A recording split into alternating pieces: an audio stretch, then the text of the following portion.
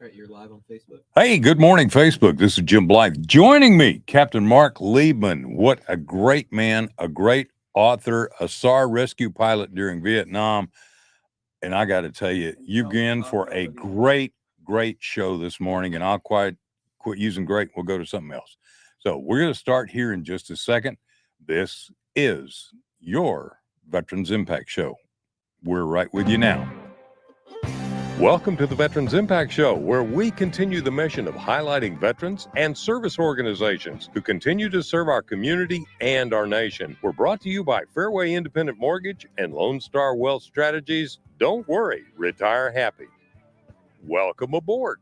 Good morning. Welcome aboard. I got to tell you, great Navy captain, SAR rescue pilot, tremendous author. I have enjoyed his book so much. I'd like to introduce you to Marc Liebman, Captain, U.S. Navy, retired. Marc, welcome aboard. You have been a great friend and a great inspiration to me, and we have enjoyed having you be a part of this. You're not only a tremendous author, but you're a great speaker. So we're going to get that out of the way right quick. If people want to know, how can I find Marc Liebman? You have a website. Tell us what that is real quick. Sure. It's Marc Liebman. It's www.marcliebman.com, and you can find all my books on Amazon, Barnes & Noble, and God knows where else. They're available in ebook forms. Three of them are available as audiobooks. And of course, if you want signed copies, just send me an email through the contact Marc, and I'm happy to sign one and send it to you. One of the things is I enjoyed reading your Cherubs and your Big Mother 40, which were books about SAR rescue in Vietnam. Wasn't about the fact that I was there, but it was about the development of the character. You have such a way of researching and developing those characters. Can you tell us a little bit about that and that inspiration? Sure. So the main character in the, I call the Josh Heyman series, because I got three series of books out there. So Josh Heyman is a naval officer. The series starts in Vietnam. 7 books later, he's off the coast of North Korea as an 06, and he retires. So his career is sort of loosely based on mine. But also it's a composite of others. But what I did was I took people that I knew, and then I changed them into the character to fit the book. So, for example, I walk around every time I see a rescue air crewman or a rescue swimmer, as they're now known, or an Air Force paramedic, I walk up to them, shake their hand, and congratulate them as being the bravest people in the world. And the reason for that, I say that, is because forget combat. In the Navy, if you're a rescue swimmer, you're in the back of a helicopter, somebody goes down, the helicopter zips off 50, 100 miles from the ship or a ship, and the rescue swimmer looks down, the pilot typically is entangled in the shroud lines or is injured, can't get in his raft, and there you are 10,000 miles from any place in 20,000 feet of water where there are things, animals, fish that would look at you as a nice meal, and you leap, these rescue air crewmen will leap readily into the water, spend 15, 20 minutes, an hour, whatever it takes to get the survivor out of his parachute and into a situation where he can hoist him in the helicopter. Meanwhile, we go off to the side, and they do this with the hopes and the trust and confidence that we're going to come back and find them. And what a lot of people don't realize is how difficult it is to find a human being in the ocean, particularly when all you can see is his helmet. Do you have like a light or a smoke or something that sometimes they have light. Well, sometimes they have light. Sometimes they have smokes. It all makes it easier. But finding them initially is the real problem. But even then, this stuff doesn't work. So anyway, coming back to the crewmen. So I have a tremendous amount of respect for these air crewmen, and I had 3 of them that I've kind of combined into 2. One was a young man who was an E4. And he came from a family in Minnesota. He was the youngest of 6 kids. And every time we'd be sitting there droning around and doing nothing, just going around in circles waiting for something to happen, he'd be in the back of the helicopter reading textbooks on biology and anatomy and stuff like that because he wanted to be a doctor. Wow. So he ultimately leaves the Navy, actually goes into what they call the NESEP program, which is a scholarship program, again, an ROTC scholarship. They go to school as an E5. They have to graduate next number of years. He goes to medical school. The Navy pays for that, becomes an orthopedic surgeon, and the rest is history. And then there's another air crewman who in the book is known as Vanderjack, and he's pretty much in every one of the 7 novels. He started out as an E4, and he was a kid from the wrong side of the tracks in New York City, and was given a choice in a courtroom. And this is the true part. I won't use his real name, but he was given a choice by a judge: Army, Navy, Air Force, or jail. And so and the only recruiter, and this judge would bring recruiters into the courtroom, so if they picked one, there's a recruiter go off and yay verily.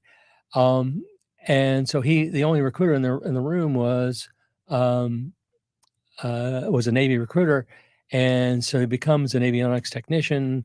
The real guy was an aviation metalsmith, but he becomes an aviation electronics technician, or excuse me, an electronics technician, becomes an rescue air crewman, and then ultimately, as the books develop, his career develops, and he's always there.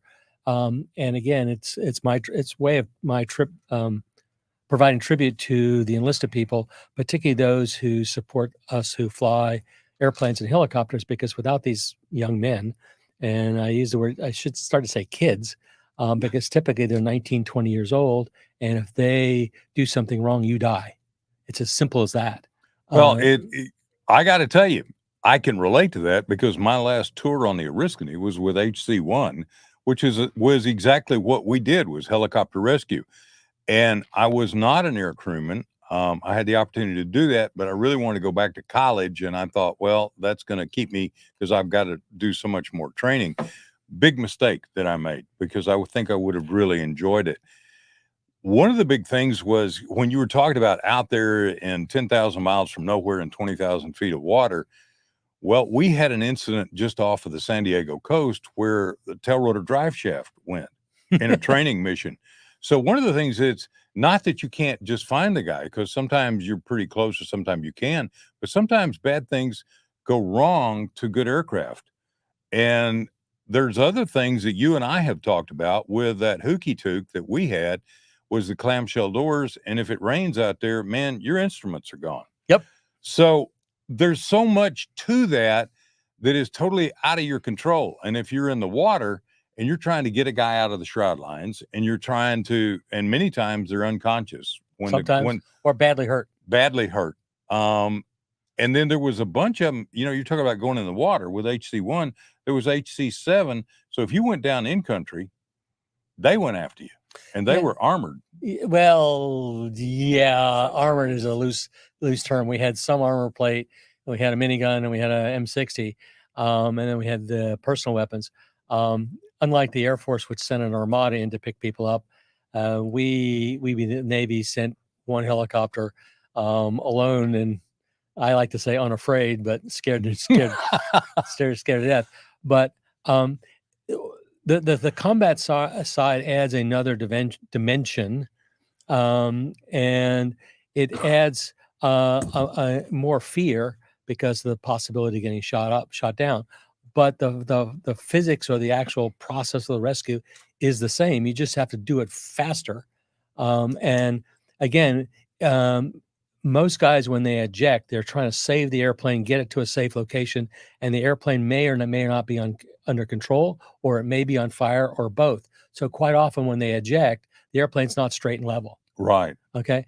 And so as they come out of the airplane, they're going from riding an airplane going, let's say 250, 300 knots, because they've slowed it down to whatever, or worse, they go out faster. And so the seat comes out of the airplane, their arms and legs flail, and dislocated shoulders or broken legs, broken arms, broken backs are all common. Mm-hmm. And then if they're landing in the trees, going down through the trees in a parachute is not a fun experience.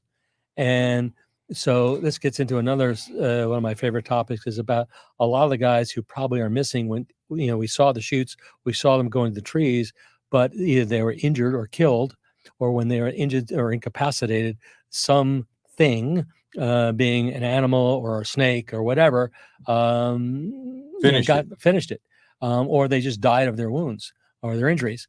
So the other common thing is internal injuries, and again, the swimmer doesn't know, or the rescue air crewman doesn't know really what's wrong until he's sitting there or swimming there next to the guy and looking at him. And yeah, you can talk on the radio. Yeah, he'll say he's hurt.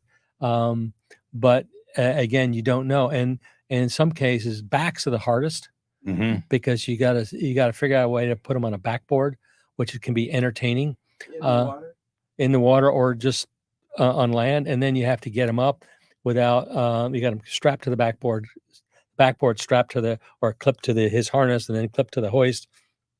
And then you got to get them up in the helicopter, which always is not as easy as it looks. No, it's not.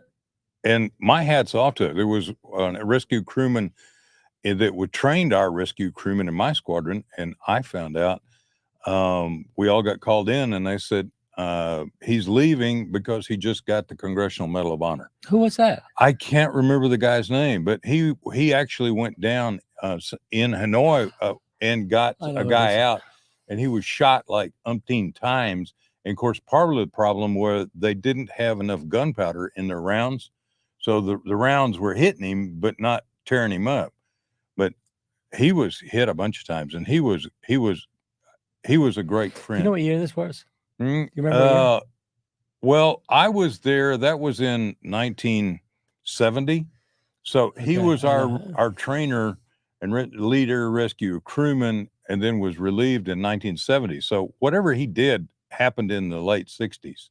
Okay, he was probably with the Clyde Lassen crew that got, and Clyde Lassen, who was the aircraft commander, got the Congressional Medal of Honor. So they literally could not. The pilot could not see them, and they couldn't see the pilot. So what Lassen did is he lands in a field, turns the lights on the helicopter, the white floodlights. Oh, okay, man. In the middle of North Vietnam. And the air crewmen run out to get the pilot who's injured, and both of them got shot. They got in the airplane, and everybody get out, pilot, and 4 air crewmen in the helicopter. Anyway, so Lassen gets the Congressional Medal of Honor, which, by the way, is one of 2 given to naval aviators during Vietnam. The other one was given to Mike Stassen, who was flying a mission, SAM suppression mission, when he did his job, then went back into the target area to help somebody else and also finish the job. And then he took a SAM and unfortunately didn't make it. But anyway. Well, Mark, let me go back a quick point that I would also like to make, because one of the things we're talking about combat and all that.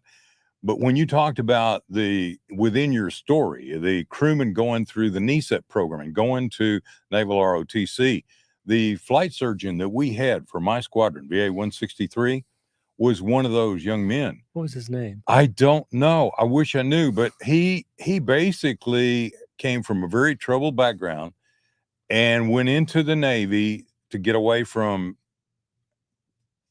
problems. Let's just family leave problems. it. Yeah. And basically did so well. He was a Navy corpsman. Yep. And he did so well that they sent him, and I believe they sent him to Duke. I'm not sure, but he went through medical school.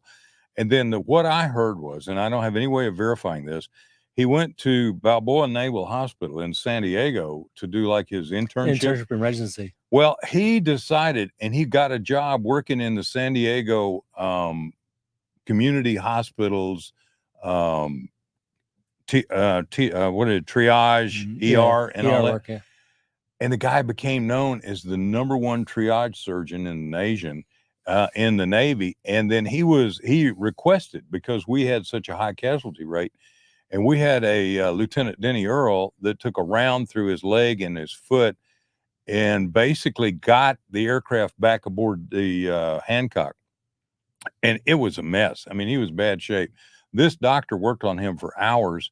And Diane and I know Denny Earl. We saw Denny Earl a couple of years ago. You'd never know he'd been hurt.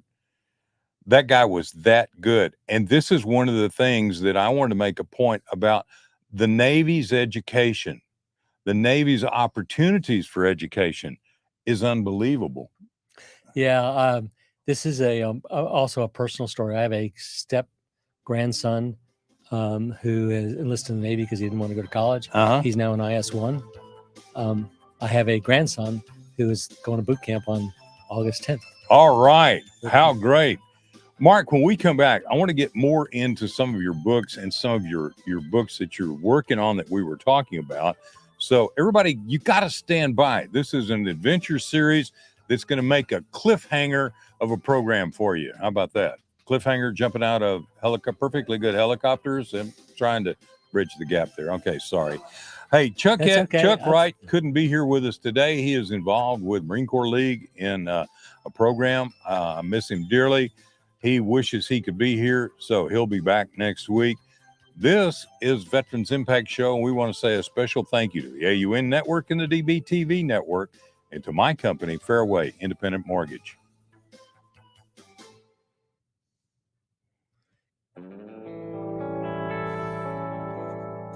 Welcome back to the Veterans Impact Show, and thanks to our sponsors, Fairway Independent Mortgage and Lone Star Wealth Strategies. Now, let's continue this great conversation.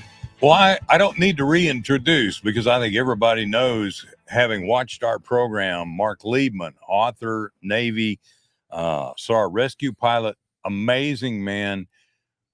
Where do we want to go with this conversation now? It's been too much fun. You direct it. Where do you want to go? Okay, so I want to talk about 2 books I'm about to redo the second edition. Okay. So this is them. A little lower. Okay. Yeah. There we go. Anyway, the Flight of the Pawnee and Failure to Fire. They're books about counterterrorism. The hero's oddly enough, a Navy helicopter pilot who gets out of the Navy, goes to work as a contract pilot for the Central Intelligence Agency, and so that's the main character's name is Derek Almer. And so what I did when I started creating this series was I wanted to focus, it's going to be a short series, 3, maybe 4 books, about threats to the United States from a terrorist perspective that nobody likes to talk about. So Flight of the Pawnee is out there. You can buy it now, but in the process of getting it, like I said, republished as a self-published novel, that's a story unto itself that I don't want to get into. But and I'm changing it a little bit, mainly to update it and also to fix some of the problems from the publishing perspective that were in the book. And so it deals with Al Qaeda sending somebody to the United States, actually to North Texas, to kill at least 10,000 Americans in one attack. And he figures out how. The threat is using chemical weapons, in this case, sarin. I won't tell you a whole about the plot, or else, but the threat is real. You can make chemical weapons relatively easily. The problem with chemical weapons is employment, because they're dependent on a lot of things: atmospherics, temperature, humidity, wind. But they're also as dangerous to the employer as to the victim. Mm-hmm. So if you screw up the deployment, it kills you as well as everybody else. Little blowback's a bad deal. A little blowback's a bad deal. So that's Flight of the Pawnee. And then Failure to Fire is a different threat, also driven by Al Qaeda. Same character, takes place pretty much in the eastern United States. But what Al Qaeda wants to do is shut down the U.S. air transportation system using manpads, which are man-portable air defense systems. Things like Stinger, Starstreak, the Soviets at the time, SA-14s, SA-16s, SA-24s, and the stuff you see in the news reports in the Ukraine, shooting down helicopters and airplanes. And in fact, every time I see one shooting down a helicopter, I cringe. It's hard for me to watch. Yeah. So the reason this book is sort of interesting now is when it was originally published in January 2000, so 2 years ago, it'd be 2021.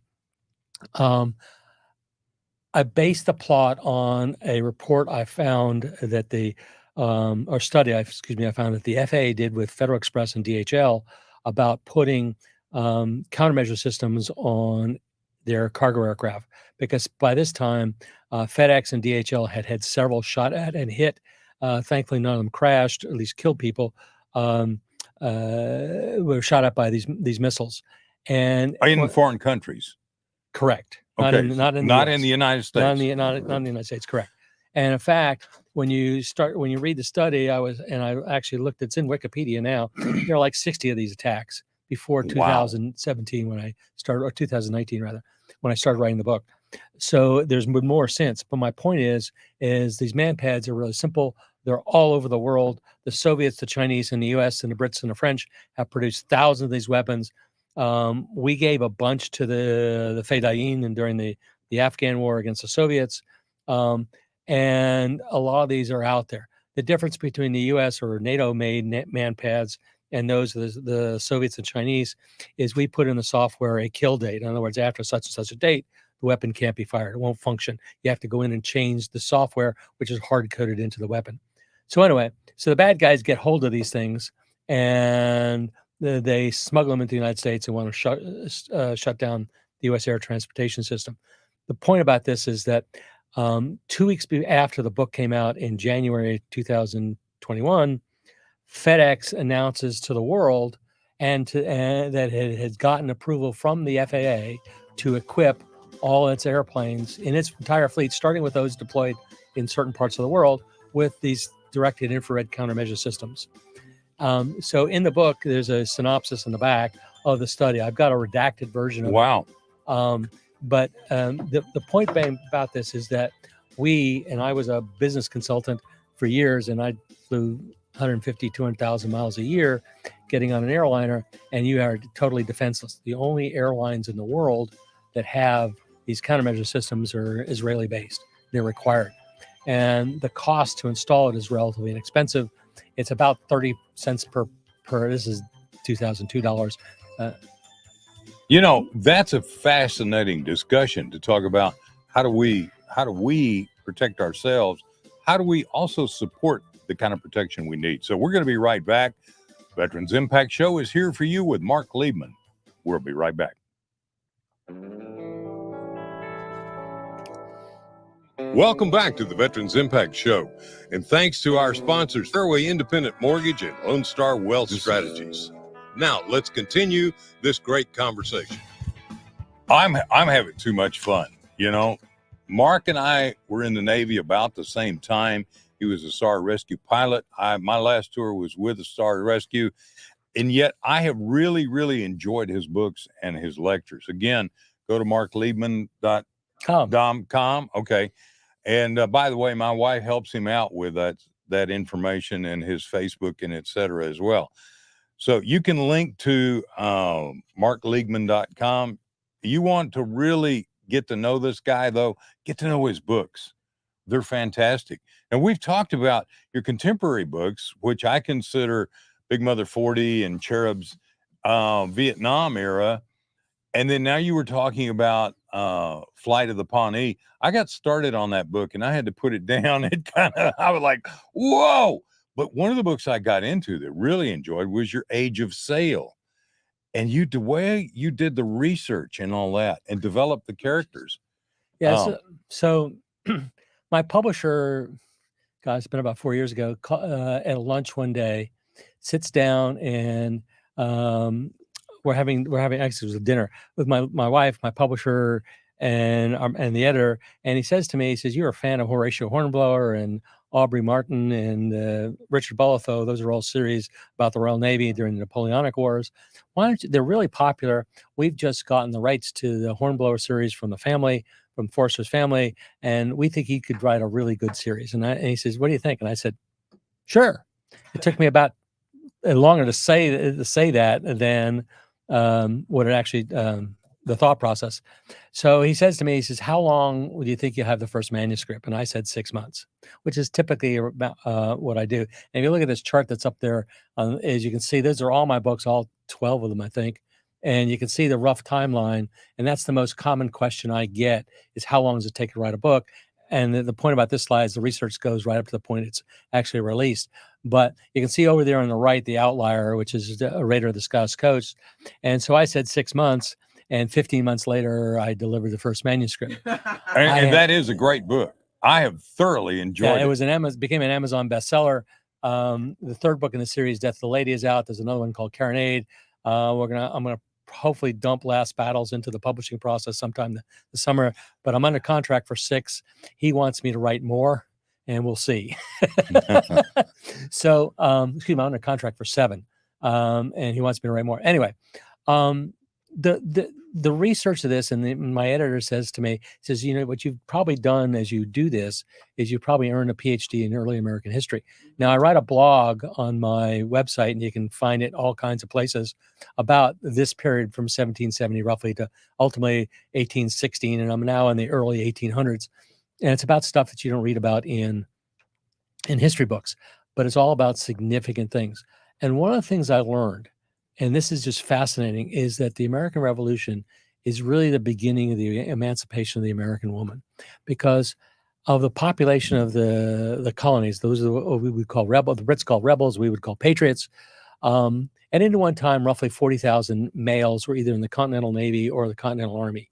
I mean, yeah, Continental Army or Continental Navy. So, or a militia, but they're away from home. So then the question now becomes is who's running the store, so to speak. Who's running the farm? Well, it's obviously the wives. And so you start seeing women wanting to expand their role out of what the traditional German Kirche and Kinder, which is Kinder, children, kitchen, and church. And the other thing that the American Revolution did was enable people to make choices about their careers. So if you were growing up in Germany, for example, or growing up in France, you were stuck in whatever class of society you were born into. And the same thing was true in England.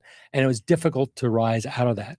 But if you came to America or came to the 13 colonies, you could buy land, something most people couldn't do in Europe, and you could do what you wanted to do. So you could make something of yourself. Correct. That was different than the poverty or whatever you were born into. So what you start to see is women wanting to become lawyers, doctors, business people, professors. So what I did in the series is there's actually 4 women who are pursuing these professions. So if you wanted to be a medical doctor, you couldn't do that because you were not.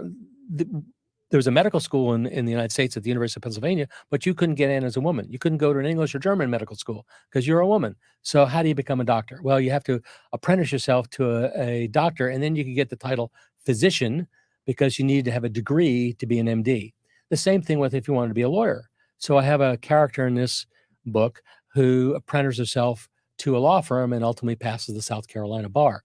And then I have others like that. But you start to see this. Now, to be really honest, the books are probably 10 years ahead of when it really started to happen, because it really started to happen around 1805, 1806, because that's when women started to get accepted to schools, colleges and universities on a very limited basis. But by the 1820s and 1830s, it started to take. Well, wasn't that also the dawn of really the Industrial Revolution, where you started seeing rail, and all of a sudden the country was coming together with rail lines.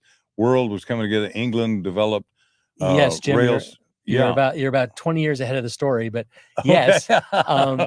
And so if you read my blog this Sunday, you talk about the event that changed world transportation forever. And that was, yes, there were steam engines, but when smoke billowed out of this ship in New York on the Hudson River, and this paddle wheel steamer backed away from the pier on the Hudson River side on Manhattan and steamed in 32 hours to Albany, New York, and then back again. Robert Fulton changed sea transportation because it was a steamboat. It was not required to sail, which meant you were no longer dependent on winds. Now, it took a few years before you could go any place because the coal consumption, and it took the development of what we call a screw propeller, a practical one, that took a few more years. But coal was the big limiting factor, and about transiting the Atlantic, because it took a tremendous amount of coal, and that plus the fact the ships were, I use the word dirty because the coal dust is everywhere. If you ever been around coal-powered stuff, it's just everywhere, and it's also, as we learned with the USS Maine, it's explosive. But the fact is that you have women starting to do this, and then the Industrial Revolution starts. By the way, the Industrial Revolution didn't start in England. It started with a guy by the name you've probably heard of called Eli Whitney, and it's not about the cotton gin. What Eli Whitney figured out how to do was make interchangeable parts for firearms for the U.S. military. That was one of the big things, because every gun was made by a gunsmith, but they were all made individually. Matter of fact, many of your first cars were done the same way. Then he standardized things so that you could pick up this weapon, and interchange parts if you broke something. Yeah. So what they were made of before was with patterns, and the patterns are made out of wood. Okay. And so they would make molds. Okay. So gunsmith A would make the mold for a pattern for the lock, for a flintlock, which is or the hammer, let's call it that. It's easy to imagine what it is. Well, his version of that hammer is different than your version or my version, and therefore they're not the same. So what Whitney did was two things. One is he standardized the designs.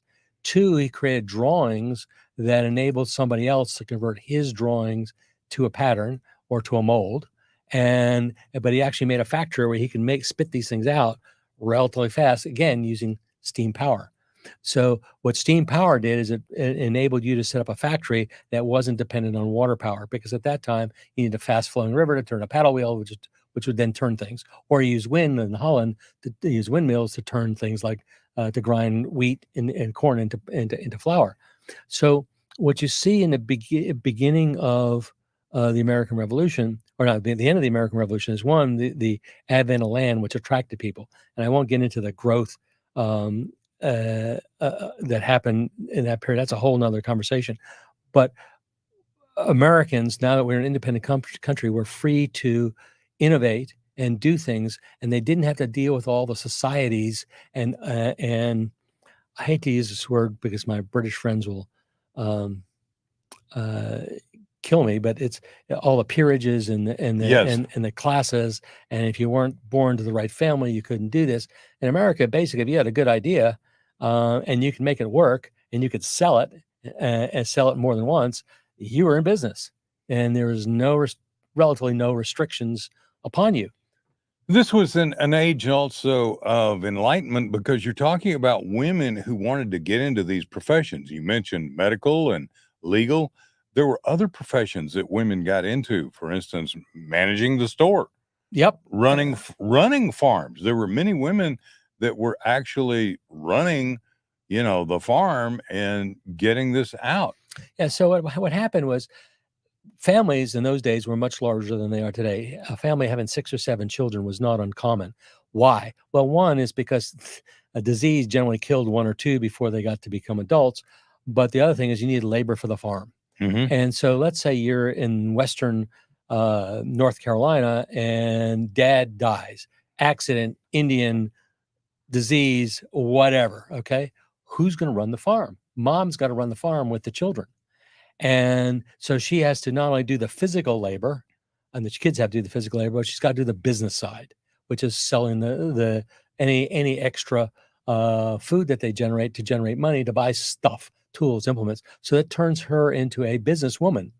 And again, everybody talks about Betsy Ross, and this is one of my favorite things. She was a seamstress. Why? Because her husband ran a store. She was the factory. Yeah. Okay. Or she was the factory labor, I should say. When I say she, there was other women involved. But my point about all this is that what you started to see in the 1790s and early 18, in fact, during the American Revolution, but it started accelerating in the 1790s, was women taking a bigger and bigger role in society, despite the fact that the laws, for example, didn't recognize them, despite the fact that schools didn't allow them to enroll. I'm talking about colleges and universities. Everybody, there's this school in Charleston, South Carolina called the College of Charleston. It's one of the first schools in the country that admitted women. And so one of the characters in this book is a woman by the name of Miriam Bildesheim. And she's modeled after a woman by the name of Abigail Minnis, who's considered one of the first ladies of Georgia. She arrives in the United States with 2 daughters in 1720 something. And her husband dies after siring 5 more daughters. So she's an adult. She has 5 or 7 children. Wow. All girls. So back in those days, they didn't have bathrooms, but you can just imagine what that would have been like in a house. Petticoat Junction. So, really. And when she dies in 1796, and she's 96 years old, her husband left her with a gunsmithing store or a gunsmithing shop. She now has 2 inns, a general store, and 100,000 acres of land. Mm. Okay. So Abigail Minnis is a unique character. The Brits hate her because she was feeding the rebels in South Carolina and Georgia, and they arrested her. They treated her badly. And there's some very famous quotes from her, which I use in one of my books, is, you've already lost one of them. She tells a British general, Cornwallis, as a matter of fact, that you've already lost the war when you're making war on women and children. She's talking about her, but the message is larger. But Abigail Minnis is a phenomenal story about how a woman comes to the United States, emigrates from Prussia, arrives, her husband sets up a gun shop, he dies from disease.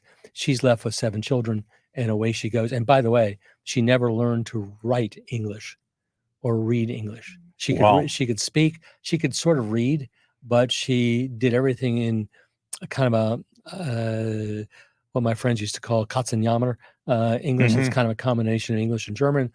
She kept diaries. She had inns, and her daughters, they essentially did this. And the other things, by the way, is she was an opponent of slavery.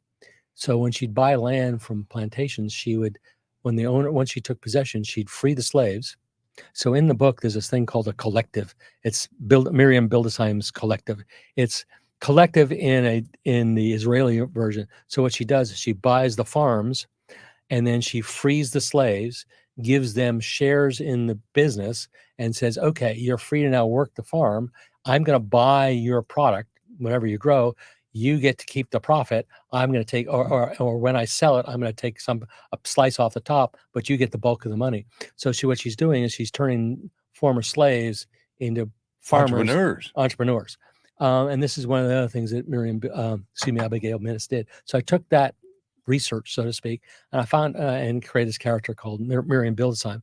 So the main character in this series is a young man by the name of Jaco Jacinto, to use the Spanish pronunciation, and his family came to the United States from Spain via the Netherlands and settled in Charleston. The other main character is a British naval officer. Yeah, I enjoyed the interplay that you developed within that, but I didn't know, because I remember reading about that in Jaco and all, and how much I enjoyed that. You want to really enjoy a great book, I got to tell you, go to his Age of Sail. What is the name? There's 3 books out there right now. One's Raider of the Scottish Coast. It's the first. The second's Carronade, and the third is Death of the Lady. The fourth one will be out sometime later this year. It's going to be called Last Battles. How fun. All right. You want to go to markliebman.com, find out more about him. If you want to have a great speaker to your organization, Mark is here in the Dallas-Fort Worth area. I bet I can get him to travel to other places to do that. He's a great speaker and very animated, because I'm enjoying what we're doing today. So please stay with us. And thank you again to Fairway. My MLS number is 311548, and theirs is 2289. We're thankful for them. We're thankful to be here. Welcome back to the Veterans Impact Show. And thanks to our sponsors, Fairway Independent Mortgage and Lone Star Wealth Strategies. Okay. Now, let's continue this great conversation. I'm having a great day with Mark Liebman. Now, to wrap up this conversation and bring this program back into the dock, I want to continue the conversation we were having a minute ago, which was, to me, very interesting about your development of a character, the women that you were developing. So, Mark, continue that. Okay, so one of the things that sets the Age of Sail series apart is the 2 main characters. One starts as a Continental Navy midshipman, and the other is a character by the name of Darren Smythe, who's starts off as a Royal Navy midshipman. So they start as mortal enemies, and then they meet when Jacinto captures Smith. They become good friends because they come from similar backgrounds. But the series has their careers at sometimes being mortal enemies, then they become friends again, depending on what period it is. So the series starts in 1776. It's taken me 3-4 books to get to the end of the American Revolution, which, by the way, lasted 8 years. And then we're going to do something about the Quasi War, and then impressment. And then the last book I have envisioned right now, it's during the Barbary Wars. But like I said, my publisher, because of success on the marketplace, is asking me to write more. So, but if you're good, everybody wants more. Hey, let me tell you, that's a compliment. Because if you weren't good, ain't nobody be talking to you except me. Yep. Thank you. Anyway, by the way, Jim, thanks for your kind words. I love doing these shows; they're fun. And but anyway, so that's the Age of Sail series. It's, like I said, it's been an education. And if you want to read about that period of American history, read my blog. It's on my website. It's on about 5 or 6 different places, and it's you can get to it through my Facebook page, courtesy of Diane, which is Jim's wife, who without her, my Facebook page would be a mess. Let me just, you talking about American history, but more than that, you're talking about exciting characters. These 2 men you're talking about, who were mortal enemies, then to become friends, and throughout this entire interplay that goes on in your book that I've enjoyed so much, The Raiders of the Scottish Coast. It's not only history I never knew about, but it's character development, it's action, it's adventure, but it's so different from anything you can think of other than the old Horatio Hornblower, the old wonderful movies that we saw as very young children. This is a great thing, and it's fun. I mean, it's purely fun. I wouldn't say to somebody, hey, you want to be bored to death and hear about American history?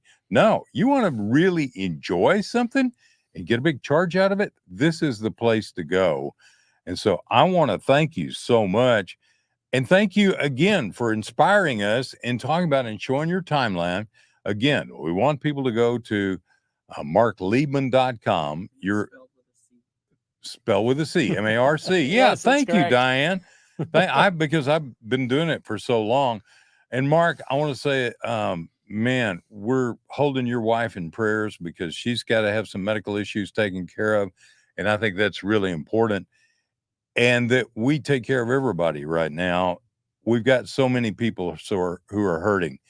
So I would like to close with a prayer. So if you'll join me, Lord God of the universe, we are so thankful for you and putting a hedge of protection around all of our active duty military, our active duty first responders, those who come when the need is greatest, those who are there thinking about us and not about themselves. And we thank you for protecting them, and we thank you for them, and we thank you for the young men and women who are signing up today to be part of the greatest organizations in the world, the American military. There's so many opportunities for them, and we thank you. And we thank you for our veterans who are doing so many wonderful things, such as what Mark Liebman's doing with his books, what men like Admiral Pat Walsh is doing with his Cristo Rey School.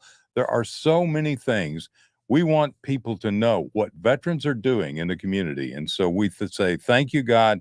We thank you with all of our heart. And we say, dear God, help us bring this nation back together. One nation, indivisible, with liberty and justice for all. Amen. Amen. Mark, this has been a blast. I've enjoyed it so much. We off the air? No, can we come back here in a few weeks to talk about your next book? Because Diane's not letting me read it, and I wanted to read it. She edited it and helped. I think it's going to be exciting. And then I want to maybe see if we can't set up a roundtable somewhere sometime for a breakfast or a lunch that you get to speak one-on-one with a lot of people who'd like to know more about being an author and what it takes, as well as many of the teachers in talking with Pat Walsh. His Cristo Rey School is amazing that they're doing here in Here's Dallas. the answer to that question. I'm in. Just tell me when and where. All right. I'm going to be. And by the way, I'd love to go talk to Admiral Walsh's kids at their school about being an author, be a hoot. I've done it with other schools. And by the way, I do writers panels at. Let's do that. So thank you so much for being part of the Veterans Impact Show. Chuck, we're sorry you're not with us. We're here for you. Come back next week. We've got an exciting program for you. This is Jim Blythe saying thank you. Veterans Impact Show. We off there?